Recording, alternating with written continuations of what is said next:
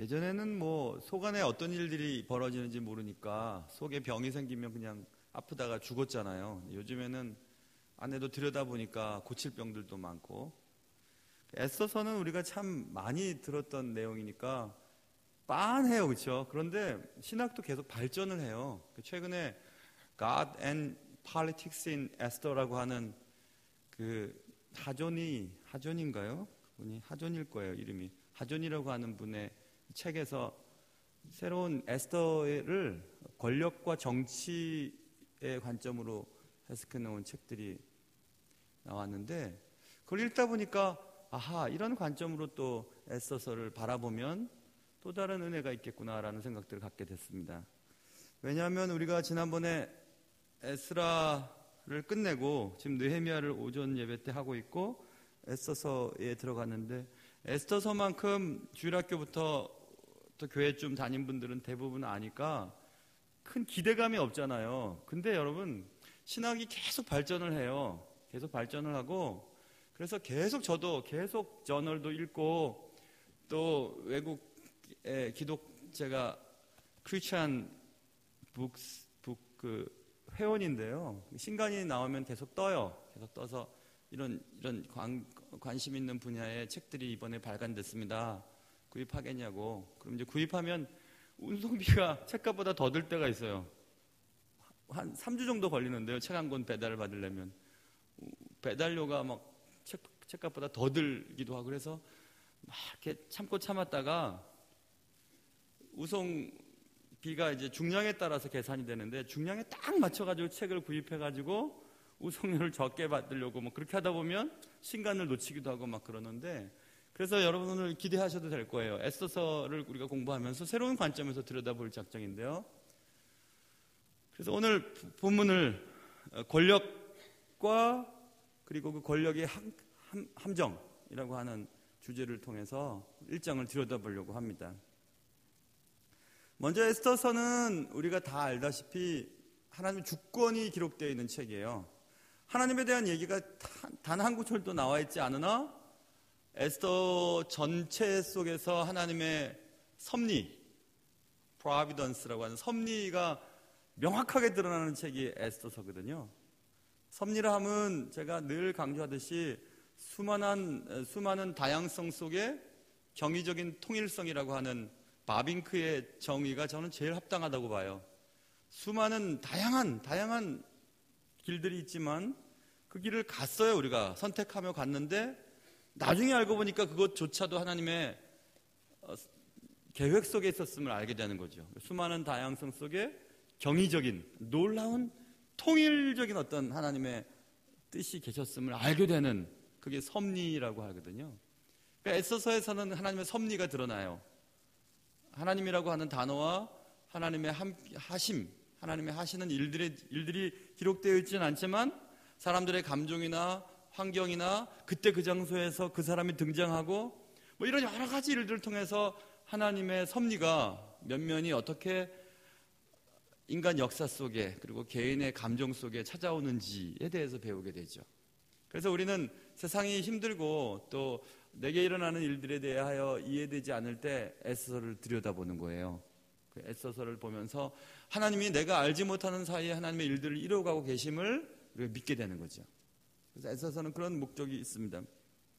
그래서 우리가 에스더서를 이제 또 몇 달 동안에 공부를 할 텐데, 에스더서를 끝내면서 우리는 하나님의 섭리 가운데의 안전감을 누리게 되는, 그게 목표입니다. 자, 그래서 우리가 먼저 들여다봐야 할 주제는 오늘 본문에 보면 이 일은 아하수에로 왕 때 있었던 일이니, 매우 친절하고 재미있게 표현되어 있죠.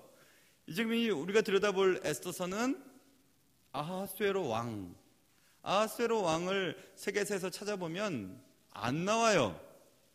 그래서 세계사에서의 아하수에로 왕의 또 다른 이름, 크세르크세스라고 하는 이름이 등장하는데, 크세르크세스가 아하수에로 왕이에요. 음차로 쓸 때 아하수에로로 썼지만 크세르크세스예요. 영어 성경을 가지고 계신 보면 거기에 크세르크세스라고 써 있거든요. 크세르크세스는 누구냐 하면 고레스 왕의 손자예요. 그럼 고레스 왕의 아들은 누구냐 하면 다리우스 왕이에요. 다리오 왕이에요. 다리오 왕이 누구냐면 그리스와 전쟁을 벌였던 왕이에요.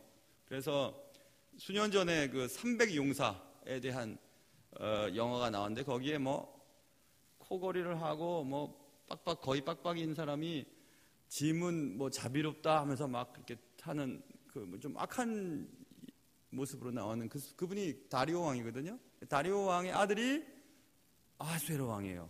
그러니까 세계사를 좀 아는 사람들은 크세르크세스 때 있었던 일이다. 크세르크세스가 어떤 환경 속에서 왕이 됐는지를 살펴보면 되는데, 크세르크세스는 자신의 아버지의 대를 이어서 그리스 정복에 대한 꿈을 꾸고 있었어요. 왜냐하면 그의 아버지 다리오 왕이 그리스를 침공해서 그리스를 먹으려고 했거든요. 그래서 먹으려고 했는데 우리가 잘 아는 마라톤 전투를 비롯해서 육전과 해전에서 패함을 입고 다시 빠져나와요. 그래서 페르시아 제국의 팽창주의가 그리스 제국에서 막혀버리게 되고 다시 돌아와서 이제 다리우스 왕이 그 후로 이제 병에 걸려서 죽고 맙니다. 그리스 제국과의 전쟁에서 패전을 하고 다시 돌아와서 알타가 죽고 마는데 죽을 때에 유언을 남겨요. 그의 아들에게. 그의 아들이 아하수에로 왕이 보면 나왔죠. 크세르크세스 아하수에로 왕에게 저 그리스 제국에 대한 그 통한의 한을 얘기하면서 죽고 맙니다. 그래서 아하수에로 왕은 자신의 아버지의 유언을 따라서 그리스 정벌에 대한 꿈을 가지고 있었어요. 그러나 그리스 제국과의 전쟁에서 실패한 이후에 페르시아 제국, 오늘 아하수에로 왕에 통치하는 페르시아 제국의 국력이 좀 약화되어 있을 때 아하수에로 왕이 그가 다스리는 구스, 여기 보면 인도로부터 구스, 인도는 지금 파키스탄 땅이에요. 그러니까 팔레스틴 지역에서 페르시아 제국, 티그리스강과 유브라데스 페르시아 제국에서 한참 우쪽으로 가면 파키스탄, 인도 있잖아요. 파키스탄부터 구스죠. 구스는 이집트 밑에 있는 수단 지방이에요. 지금 현재는 북수단과 남수단이 있죠. 그러니까 이집트 밑에 있는 수단에서 북수단 지역까지. 그러니까 여기서부터 이만큼을 통치했다는 거예요. 127도. 이렇게 했는데 잔치를 180일 동안 벌이죠. 그리고 또 나중에 7일 동안 벌이는데 180일 동안 무슨 잔치를 벌이냐? 그 잔치는 그 히브리 말에서 잔치라고 하는 단어가 여러 단어가 있는데 그 중에서 미시퇴라고 하는 단어를 써요. 그 미시퇴라고 하는 잔치는 술잔치를 말해요. 그래서 술잔치를 벌여요. 6개월 동안에. 6개월이죠. 3, 6, 18. 6개월 동안에. 그럼 그 6개월 동안 잔치를 벌이는 목적이 뭐냐? 그것을 우리가 살펴봐야 되잖아요. 그럼 언제 아하수에로 왕이 지금 아하수에로 때에 이런 일이 있었는데 3절에 보면 왕위에 있은 지 이제 3년이었다 이렇게 돼 있죠. 그러니까 세르크세스가 BC 486년에 즉위를 하거든요. 그러니까 486년에서 왕이 된 지 3년이니까 483년에 이 잔치를 벌여요. 잔치를 벌이는 이유는 그로부터 얼마 있다가 그리스 제국에 대한 침공을 감행하거든요. 그러니까 127도에 있는 많은 방백들과 장관들을 불러 모아서 6개월 동안의 잔치를 벌인 이유는 자신의 통치권과 자신의 부를 자랑하면서 이 정도로 내가 준비되어 있으니까 동참하라고, 그리스 제국에 대한 그 전쟁에서 우리는 충분히 승리할 수 있으니까 함께 하자고 하는 전쟁을 위한 잔치였음을 알 수 있어요. 실제로 또 그래요. 세계사에 나타나 있고. 그래서 그 전쟁 준비를 위해서 180일 동안 술잔치가 수산궁에서 벌어졌을 때에 이런 일이 있었다. 근데 그때는 언제냐 하면 그리스 제국 정벌을 실패한 뒤 아버지가 돌아가신 후 그가 왕이 된 지 3년째 되는 해였다. 이것을 우리가 인식하면 이제 무슨 일이 벌어지고 있겠구나라는 것을 알 수 있어요. 그의 아버지였던 다리우스, 그의 할아버지인 고레스 왕, 그리고 또 조금 이따 살펴보게 될 그의 아들 아닥사스다 왕, 아닥사스다 왕은 우리가 주일날 살펴보는 느헤미야 때 왕이잖아요. 막 이렇게 맞물려서 돌아가고 있어요. 되게 재밌어요. 자, 그래서 오늘 첫 번째 우리가 생각해 봐야 될 것은 권력, 그리고 그 권력의 함정이라고 하는 두 가지 주제잖아요. 권력에 대한 부분은 아하수에로 왕이 그런 잔치를 벌이면서 내가 세상의 왕이다 라고 하는 권력에 대한 부분들을 이제 나타내고 있습니다. 자, 보세요. 표면적으로 아하수에로 왕이 180일 동안 잔치를 벌인 것은 오늘 본문에 쓰여 있습니다.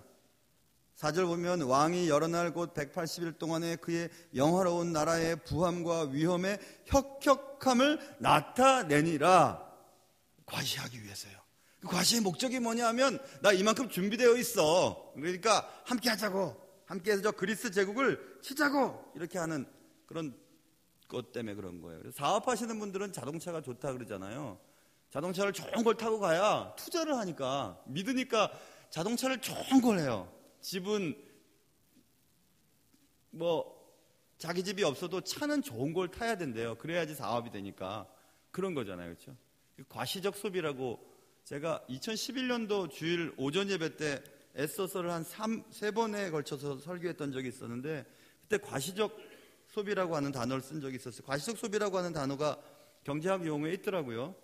그것은 굳이 돈도 없으면서 왜 그렇게 명품에 대해서 관심을 기울이냐? 명품을 들고 다니면서 과시하고 싶은 욕구가 있는 거예요.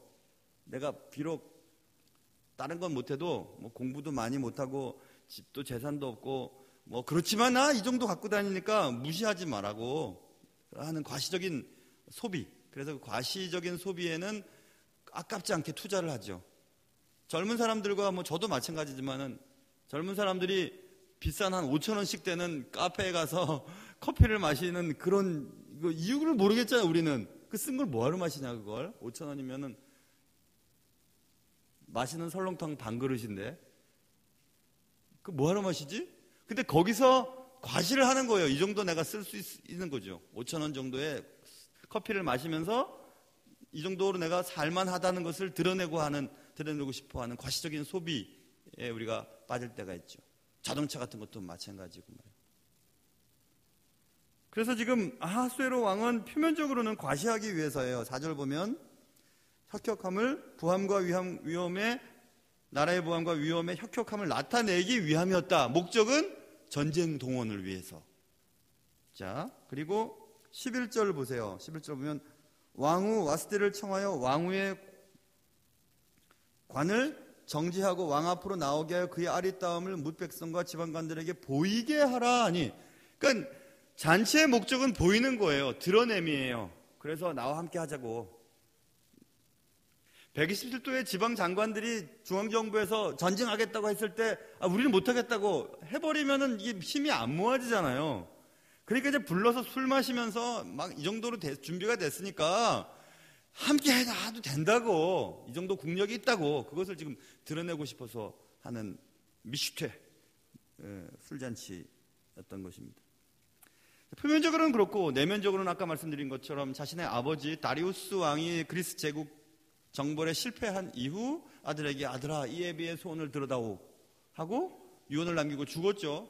그래서 아버지의 소원을 들어주고 싶어 했던 욕구가 있었어요. 그래서 아하수에로 왕은 잔치를 벌이면서 오늘 재밌는 표현이 있는데, 술 잔도 대단한 잔이 많죠. 잔의 모양이 각기 다르고 7절 어주가 한이 없으며, 그 다음 보세요. 8절 보면 마시는 것도 법도가 있어 사람으로 억지로 하지 않게 하니 이는 왕이 모든 국내 관리에게 명령하여 각 사람이 마음대로 하게 함이더라. 이거 재밌는 표현이에요. 술 마시는 것까지 관여했던 것을 알 수 있죠, 당대에. 그런데 그때에는 마음대로 마시게 해라.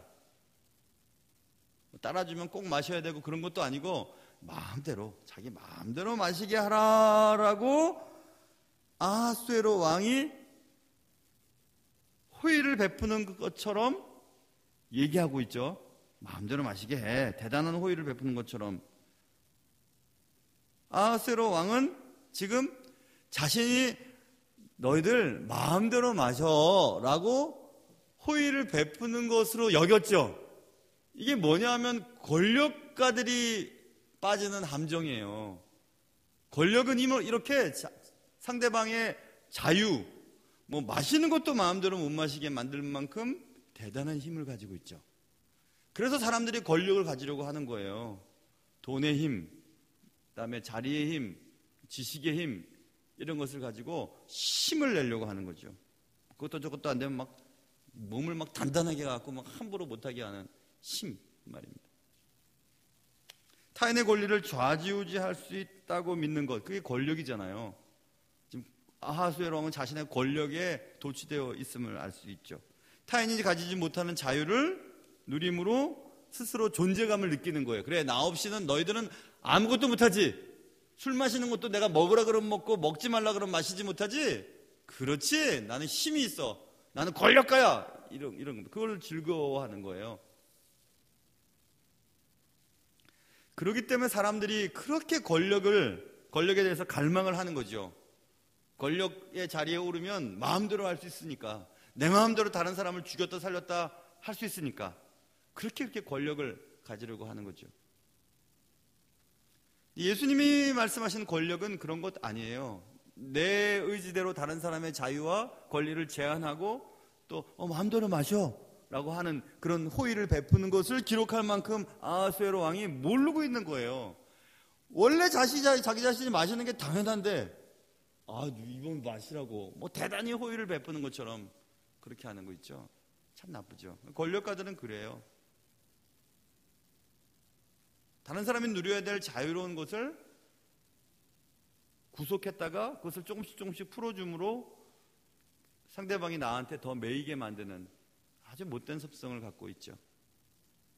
그래서 여러분, 우리가 대부분 그런 거예요. 강한 사람한테는 약하고 약한 사람한테는 강한 게 그런 것 때문에 그런 거예요. 강하게 나가면요 함부로 안 하는데 약하게 나가면 자꾸 그 사람의 권리, 그 사람의 자유를 막 침해해요. 그것이 잘하는 것처럼 느껴져요. 자꾸 막 도를 벗어나는 거죠. 선을 막 넘어가는 거예요. 그래서 자꾸 그 사람의 응당 누려야 될 권리와 자유까지도 상대방들이 막 넘어가는 거죠. 그게 바로 권력이에요. 그 권력은 나쁜 거예요. 그런 권력은. 그러면서도 몰라요.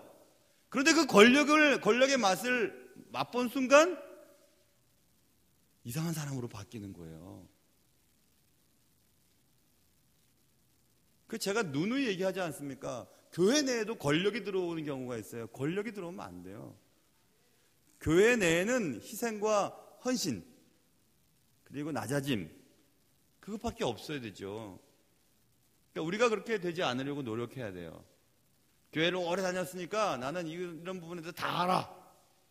벌써 권력이 되는 거예요. 그러니까 당신은 그렇게 하면 안 돼. 그거 틀렸어. 이렇게 자꾸 얘기하는 거죠. 그 사람의 자유를 제한해요.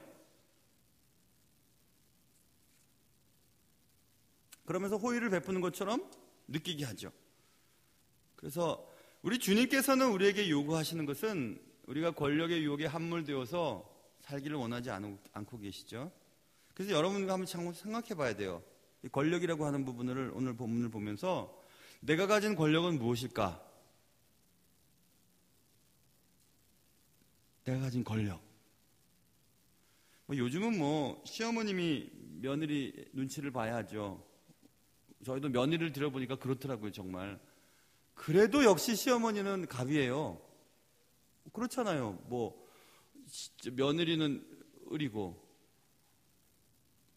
아들은 병이고,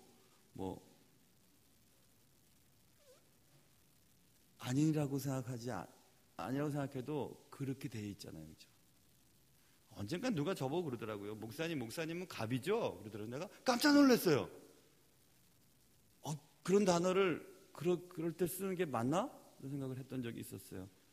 갑은 무슨 갑이에요? 정쯤 되려나?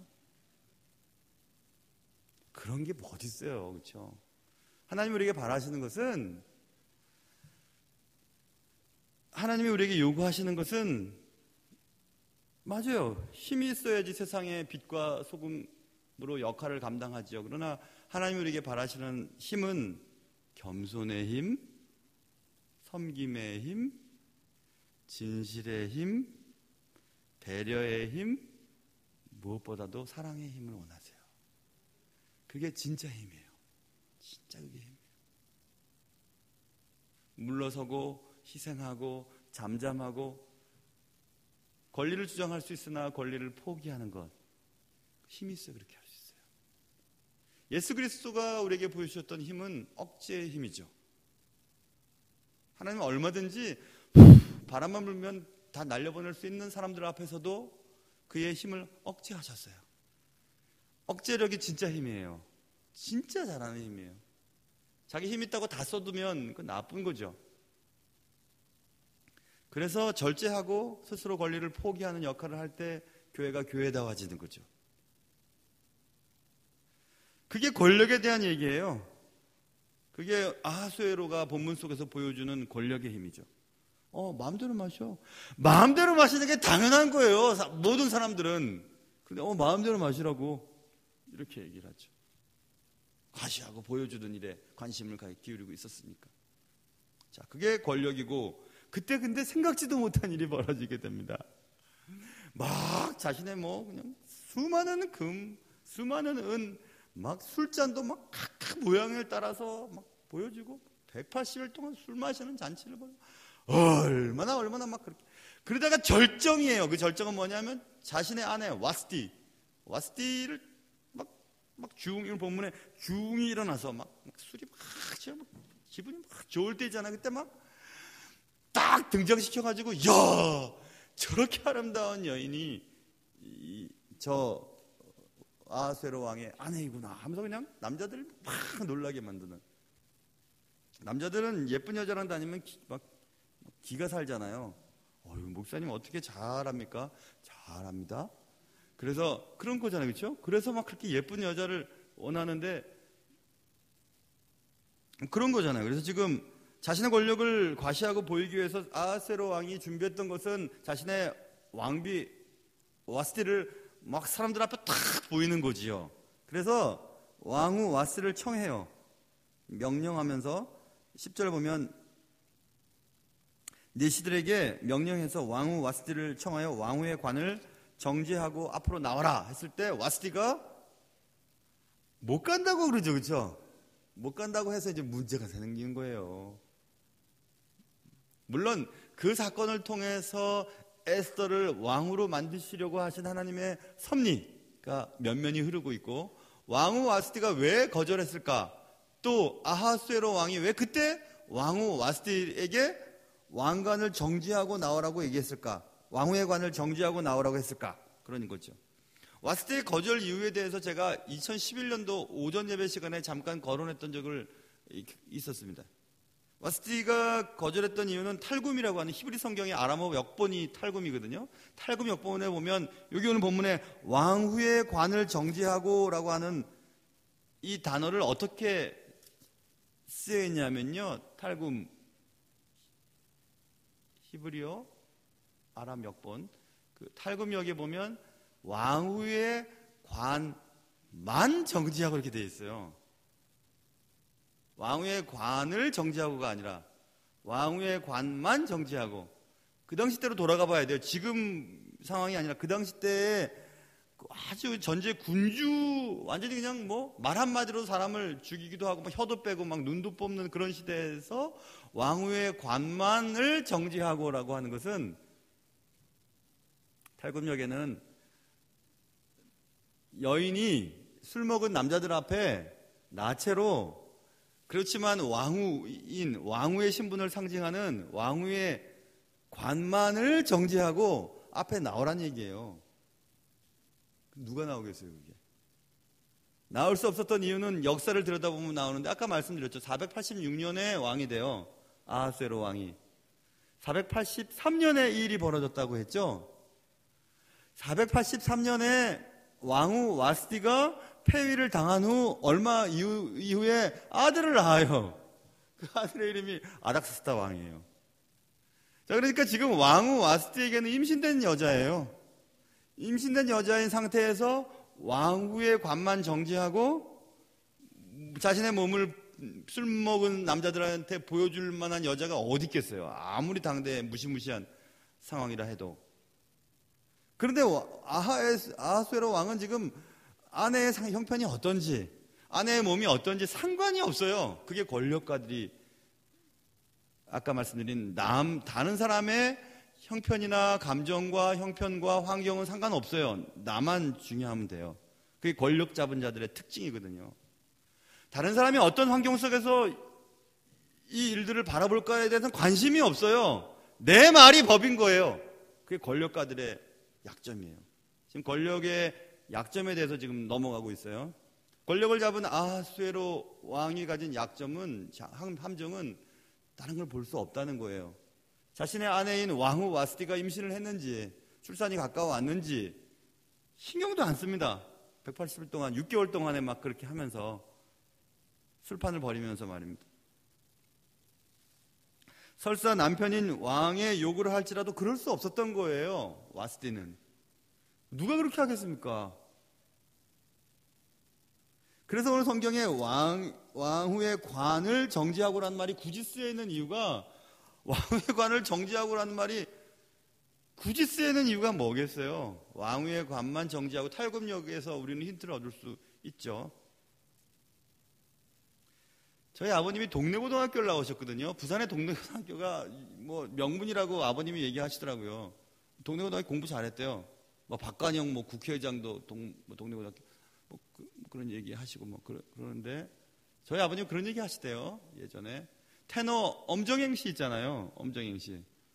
엄정행 씨가 저희 아버님보다 몇 해 후배예요. 동래고등학교. 동래고등학교 총동창회에서 테너 엄정행이 나왔는데 술자석에서는 안 부른대요. 절대 뭐 선배들이 노래 부르라고 해도 안 부른대요. 막 너 노래 불러봐. 막 그러면 안 부른대요. 절대 안 부른대요. 정상적인 자리에서, 정상적인 위치에서는 노래를 부른대요. 뭐 얼마나 잘 부르세요, 엄정행. 과거에 뭐 테너 엄정행 씨가 유명했잖아요. 근데 절대 정상적인 자리 아닌 곳에서는 아무리 선배들이 노래 부르라고 해도 안 부른대요. 이해할 수 있죠, 그죠? 절대 권력 앞에서 와스티, 그는 아내였지만 왕의 요구를 거절할 수가 없었어요. 아니, 받아들일 수가 없었어요. 거절할 수밖에 없었어요. 그럴 수가 없었잖아요.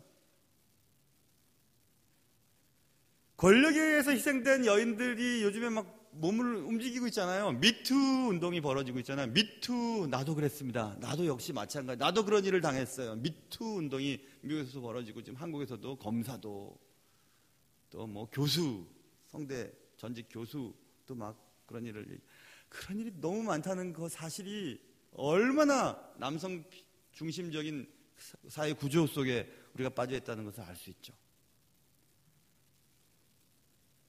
지난주 금요일 날에 신혼부부 6기 신혼부부 수련회 간다고 목사님 꼭 좀 오셔서 말씀 전해야 된다고 그래서 나 다리도 아프고 운전도 힘들고 피곤하고, 근데 지난번에도 한번 얘기했는데도 내가 안 갔거든요. 지난번 수련회 때도. 그래서 이번에 수련회, 근데 몸도 아프고 피곤도 하고 그러는데,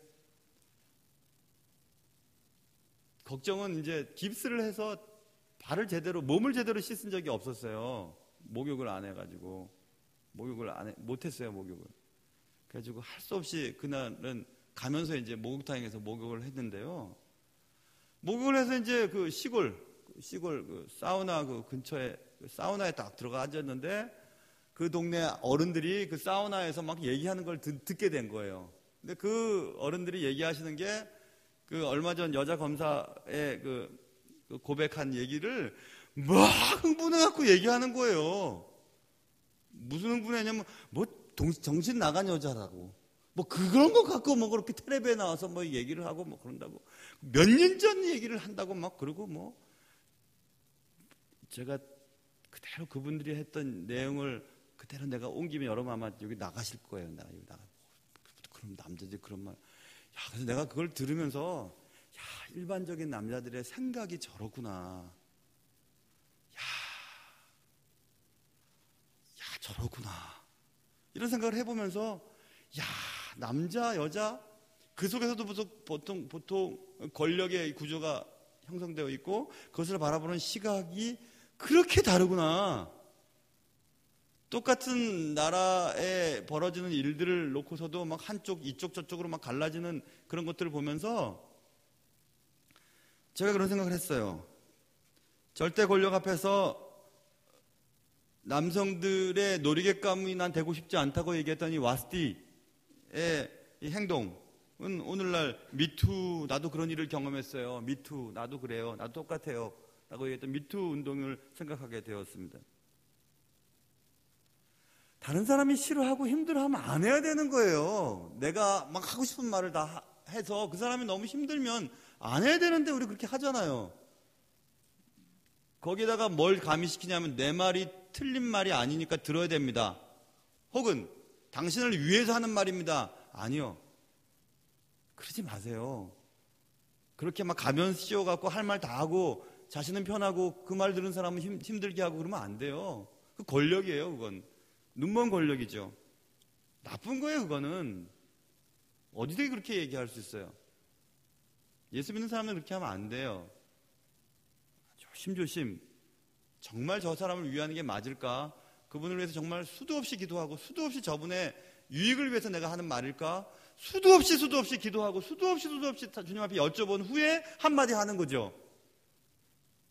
상대방은 수도 없이 그 일을 놓고 기도하고 수도 없이 기도한 후에서 한마디 하는데 그거를 듣는 대로 그냥 막 탁 얘기를 해버리면은 그게 얼마나 그 대단한 권력에 의한 잠식되는 행동입니까? 그걸 알지 못하고 팍팍 얘기만 해버리는 거죠.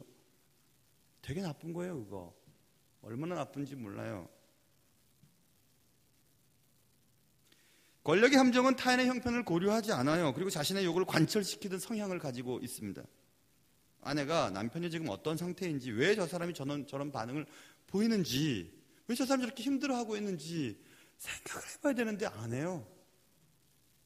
그게 권력의 맛을 들인 사람들이에요. 그 사람이 예전에 안 그랬는데 권력을 잡게 되니까 그 권력의 힘으로 상대방을 제압하는 거죠. 나쁜 거예요, 그거. 상당히 나쁜 거예요. 권력의 맛을 본 사람인지 아닌지를 아는 방법이 있어요. 그것은 대부분 권력의 맛을 들인 사람의 특징은 자신의 감정에 매우 집착하는 성향을 가지고 있어요. 자신의 한 말, 자신의 의도대로 되지 않으면 그 다음부터 자존심을 상해하고 그 다음 반응은 쉽게 흥분을 해버려요. 목소리가 커지거나 아니면 눈을 크게 뜨거나 막 다리를 막 올리거나 아니면 폭력을 막 휘두르거나 새를 모으거나 하는 행동을 하죠. 그게 권력의 맛을 들인 사람의 특징이에요. 목사님 그런 말씀하지 마세요. 아까 말씀드렸잖아요. 권력에 대한 부분이 제가 뭐 가진 경험이 없으니까 아까 말씀드린 God and Politics in Esther라고 하는 그 책에서 권력의 속성에 대한 얘기를 제가 하고 있는 거예요. 권력에 맞들면 안 돼요. 사랑하는 성도 여러분. 여러분과 제가 틀릴 수도 있다는 생각을 해야 하고, 그리고 상대방의 감정과 환경을 고려하지 않은 채 내 말이 맞다고 얘기하고 자신의 뜻이 관철되지 않을 때 흥분하고 화내고 자존심 상해하는 것은 이미 권력의 맛에 깊이 들어있는 사람이에요. 다시 예수로 가기 매우 힘듭니다. 이처럼 지나친 권력욕을 증명하는 것은 거절당했을 때 나의 반응을 보면 알 수 있어요. 나의 의견과 내 생각이 거절당했을 때 내 반응, 내 속에서 일어나는 감정의 변화를 살펴보면 내가 권력에 굉장히 빠져있구나, 그렇지 않구나를 스스로 짐작할 수 있다는 거예요. 어떠대고 나한테 그렇게 반대를 해? 그런 거.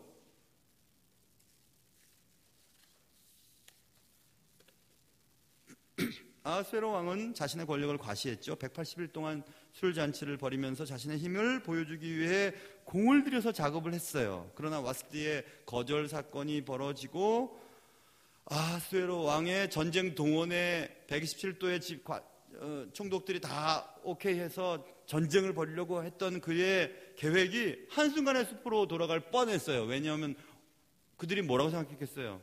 자기 집안도 하나 다스리지 못하면서 무슨 나라를 이끌겠어? 전쟁은 무슨 전쟁? 자기 아내도 마음대로 하지 못하면서 하면서 막 수근수근 거리지 않았겠어요, 사람들이? 그러자 이제 드디어 이 권력의 눈이 먼 아하수에로 왕이 그의 옆에서 막 딸랑딸랑 하는 사람들에게 어떻게 하면 좋을까 물어보고 그들이 얘기하죠.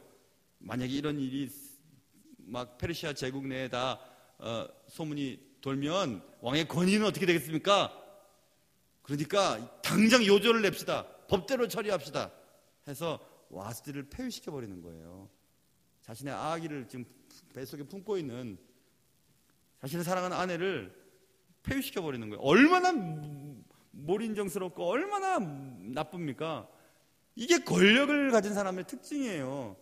상황 생각하지도 않아요. 남의 지금 상황은 이런 거 생각지도 않아요.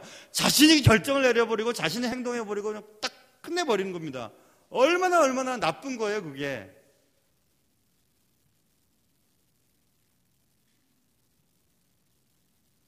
그런 사람 되어서는 안 되죠. 예수 믿는 사람이. 우리가 뭔데 그렇게 할 수 있어요?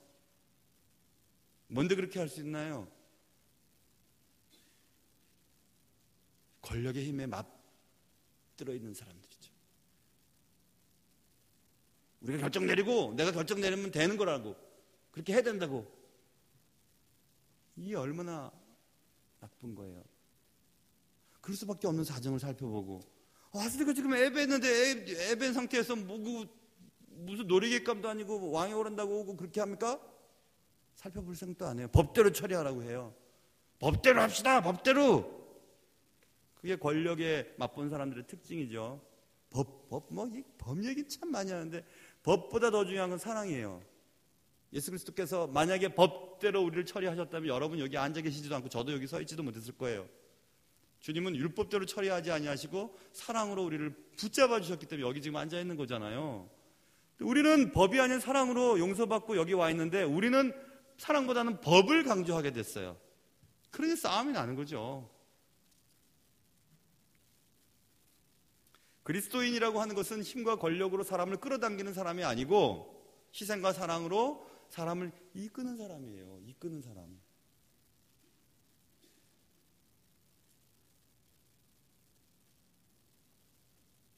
인플루언스라고 하는 영향력이라고 하는 것은 두 가지 방식이 있어요. 강압적으로 끌어당기는 것과 그 사람의 한 행동을 보고 다른 사람들이 끌려오는 방법이 있죠. 두 번째 방법이 하나님이 우리에게 바라보시는 방법이죠. 과거의 전도는요, 예수 천당 불신 지옥하고 막 끌어당겼어요, 그냥. 그래서 욕먹는 거예요, 지금은. 지하철에서 제일 꼴 보기 싫은 게 예수 천당 불신 지옥하고 전도하는 사람들이 제일 보기 싫다고 얼마 전 제가 저걸 보니까 나왔던데요. 지하철에서 제일 꼴 보기 싫은 모습. 지금 우리에게 바라는 건 뭐예요? 우리의 삶의 현장 속에서 예수를 제대로 믿음으로 주위 사람들이 어머님이 믿는 하나님, 당신이 믿는 하나님, 당신이 다니는 교회, 그런데 나도 가고 싶어. 이런 게 삶으로서의 전도 아니에요. Contagious Christian, 전염시키는 그리스도인들. 무엇으로 해요? 사랑으로, 희생으로, 섬김으로, 낮아짐으로. 백날 우리가 전도한다 해보셔요. 아직도 예전처럼 막 부흥집회 해가지고 뭐 사람들 끌어모, 나 그런 거 싫어요. 뭐하러 그렇게 해요? 그런다고 사람 잠깐 나와서 한번 뭐 쇼하고 끝나는 거겠어요? 그거 아니죠. 여러분이 삶의 현장 속에서 주님의 뜻대로 살아갈 때 여러분이 그들에게 영향을 주고 그들이 여러분의 삶에 이끌려 나오는 거죠. 그게 전도죠. 한번 생각해 보십시오. 하나님께서 만일 법대로 나를 처리하셨다면 내가 여기 있었을까? 율법대로 처리했더라면 구원받을 수 있었을까? 하나님 나를 법이 아닌 오직 사랑으로 대하셨죠. 권력이 아닌 희생으로, 헌신으로, 사랑으로 대우하셨죠. 권력의 함정에 빠지면 사랑의 바다에 빠지기를 싫어해요. 불편하니까. 근데 사랑하는 성도 여러분, 하나님이 원하시는 교회라고 하는 모토를 가지고 지난 9년 동안 열심히 달려왔는데요. 하나님이 원하시는 바로 그 교회를 향해서 우리가 해야 될 일이 뭐냐면 하나님이 원하시는 바로 그 성도들이 되는 거예요. 그럴 때 그런 교회를 이루어갈 수 있는 거죠. 목사, 장로, 집사, 권사 이런 거 다 내려놓고 하나님 앞에서 내가 정말 그리스도인인지 그것에 대해서 제가 수도 없이 강조하는 이유는 단 한 가지예요.